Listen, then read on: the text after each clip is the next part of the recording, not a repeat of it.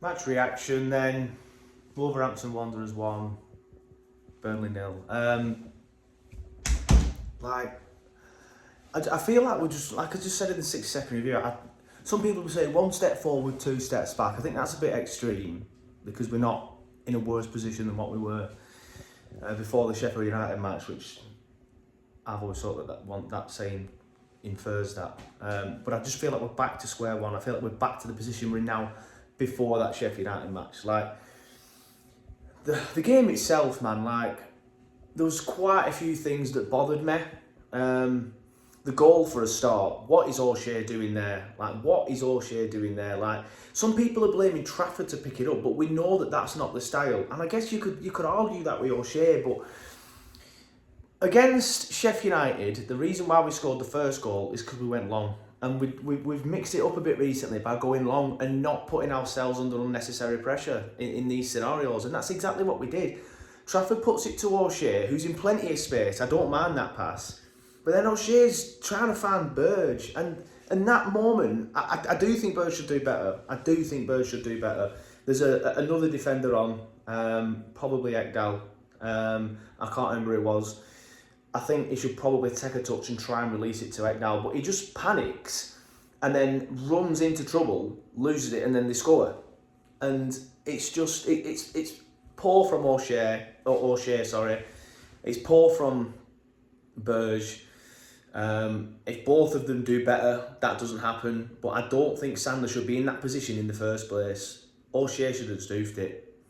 But even then, like, Burge then has a scenario where he can get rid of the ball to the other defender or just boot it. I'd rather him just look awkward and boot it out for a throw-in than concede a goal. I think sometimes there's too much pride in it with them. Like, just get rid of it now. You've tried it. It didn't work in that scenario. Boot it. And at that moment, we did not deserve to be 1-0 down. We were the better team at that moment. We had probably the lion's share of the ball, probably the most passes, probably the most attacking threat at that moment. But even for all our possession and for having more attacking threat than them at that point, I don't feel like we created enough in that first half to show that we had been the better side, because I feel like we were the better side, but for the amount of the ball and play that we had, we should have created more. We didn't create enough. The only time that you can say that we created anything is when we put them under pressure with a decent press, and then they panicked, just like we did with the way that they scored, and then obviously it falls to Jay, who's about 8 yards out. Keeper, as I've said in the 6-second review at the risk of repeating myself, although this one gives me a chance to explain myself a bit more, the keeper comes out and does well. The keeper does come out and do well, but Jay, he's got to be scoring there for me. He has to. Brownhill, the keeper makes a great save from Brownhill, like, one of the moments where instead of me going, oh, unlucky Burnley, come on, I actually went, oh, bloody hell, great save, because that were a good save. Just proper, might be one for the cameras a little bit, but just tipped it round post. Love that sort of save, mate.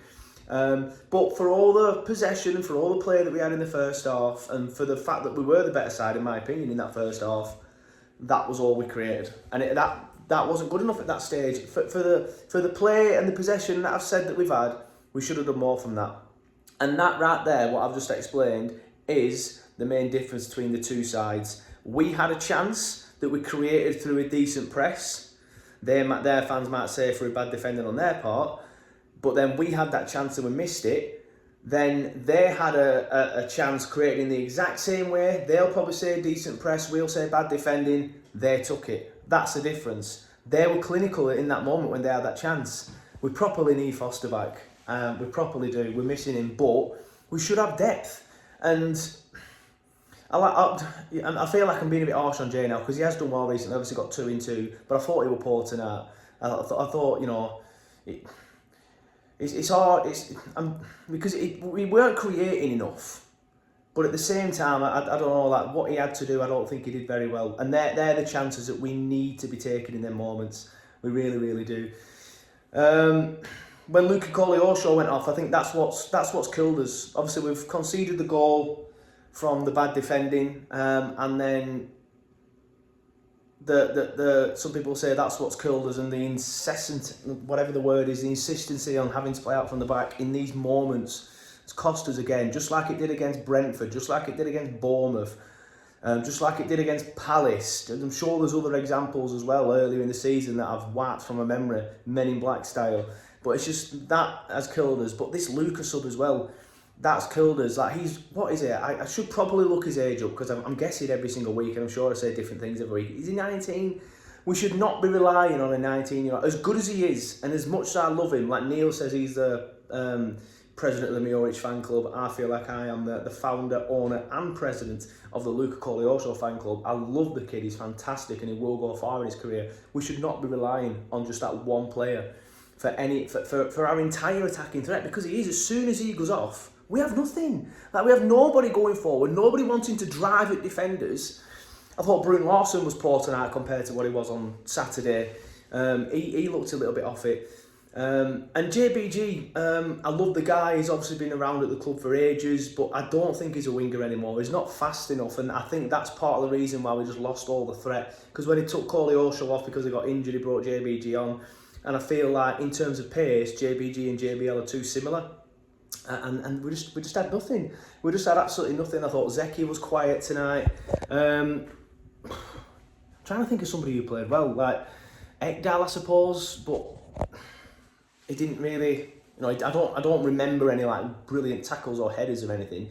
But out of the two central defenders, he's the one that's not made a mistake. But yeah, I don't know. I'm just frustrated because we did so well on Saturday, and in the first 40 minutes, I'm sitting there and I'm thinking, these are there for the taking, this team. If we can get some rhythm in this side now, like we did on Sunday, Wolves are there for the taking. Sorry, I'm just about to go upstairs and actually film the full-time show, so I'll keep checking it. I'm live in 5 minutes.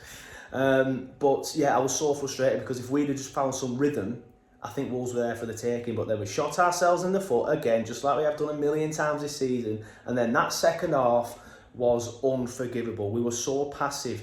Like, you wouldn't think that we were 1-0 down. We were playing as though we were 1-0 up. We just did nothing. We did literally nothing. We did not lay a glove on them in that second half. And that, for me, like that's where I get frustrated. I get frustrated with shooting ourselves in the foot, and I get frustrated with us just refusing. Well, not refusing, because obviously they didn't say we don't want to attack, but they just didn't do anything in that second half. Like, lads, you're 1-0 down. Like, you need a bit of urgency here. You need to think, right, let's try and take the game to Wolves. Let's try and get them, on the back foot. Let's try and lay a couple of punches on them. We didn't get anywhere near them. And the frustrating thing is tonight, Wolves didn't have to do anything. I'm not criticising them, but they didn't have to do anything tonight, and they still won the match. Crystal Palace didn't have to do anything, and they won the match. Manchester United, when they beat us, they didn't have to do anything and they won the match, and that's a worrying thing for me. But anyway, on to Brighton. Hopefully we can get some points there. Play like that, there's no chance. But they're playing tomorrow night, so they'll have a game less to rest, and then they're playing in the Europa League the week after. I think they're playing Marseille, so that's a big one. So fingers crossed we can get some of there. Up the Clarets.